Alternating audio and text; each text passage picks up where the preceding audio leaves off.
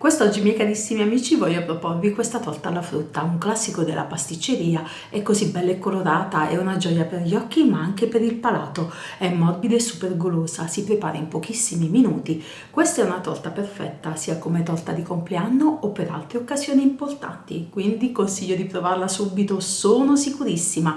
Ve ne innamorerete al primo assaggio. Comincio preparando il pan di Spagna. Metti in una terrina 2 uova medie a temperatura ambiente, un pizzico di sale e 80 g di zucchero. Lavoro con le fruste elettriche fino ad ottenere un composto chiaro, gonfio e spumoso. Aggiungo l'aroma vaniglia a sentimento, in ultimo unisco 100 g di farina, setaccio con un colino a maglie fitte. Mescolo delicatamente con la spatola per non far smontare il composto. Ottengo un impasto perfettamente amalgamato. L'impasto deve scrivere. Verso il composto appena preparato nella teglia da forno da 22 cm x 22 cm, oliato ed infarinato. Livello in modo uniforme. Lascio cuocere in forno statico a 180 gradi per circa 30 minuti. Come sempre verifico la cottura con uno stecchino. Nel frattempo taglio a tocchetti regolari fragole, kiwi e mango e roro con il succo di limone per non farli ossidare. Su una metà di frutta cospargo con un cucchiaio di zucchero, mescolo e metto da parte per la farcitura. E ora preparo la bagna semplice e veloce.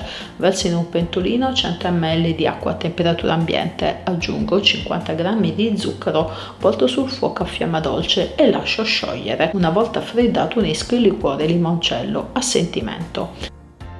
Ora che il pan di Spagna è cotto e ben raffreddato, rimuovo dalla teglia, posiziono sul piatto da portata.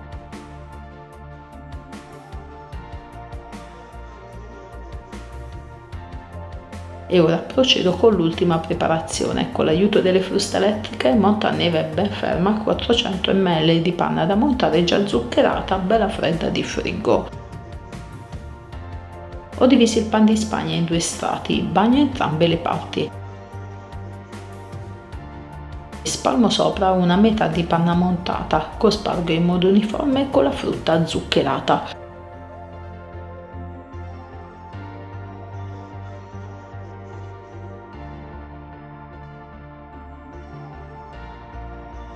Copro l'intera torta con la panna montata, giusto un leggero strato.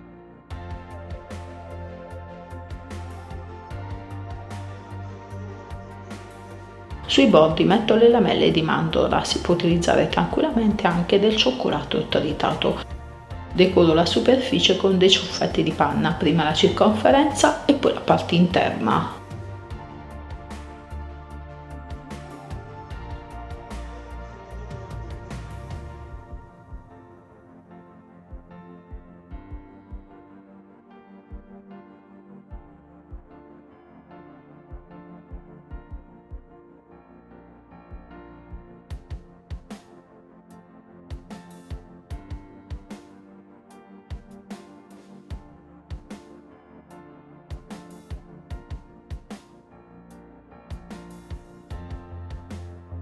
Riempio gli spazi con la restante frutta.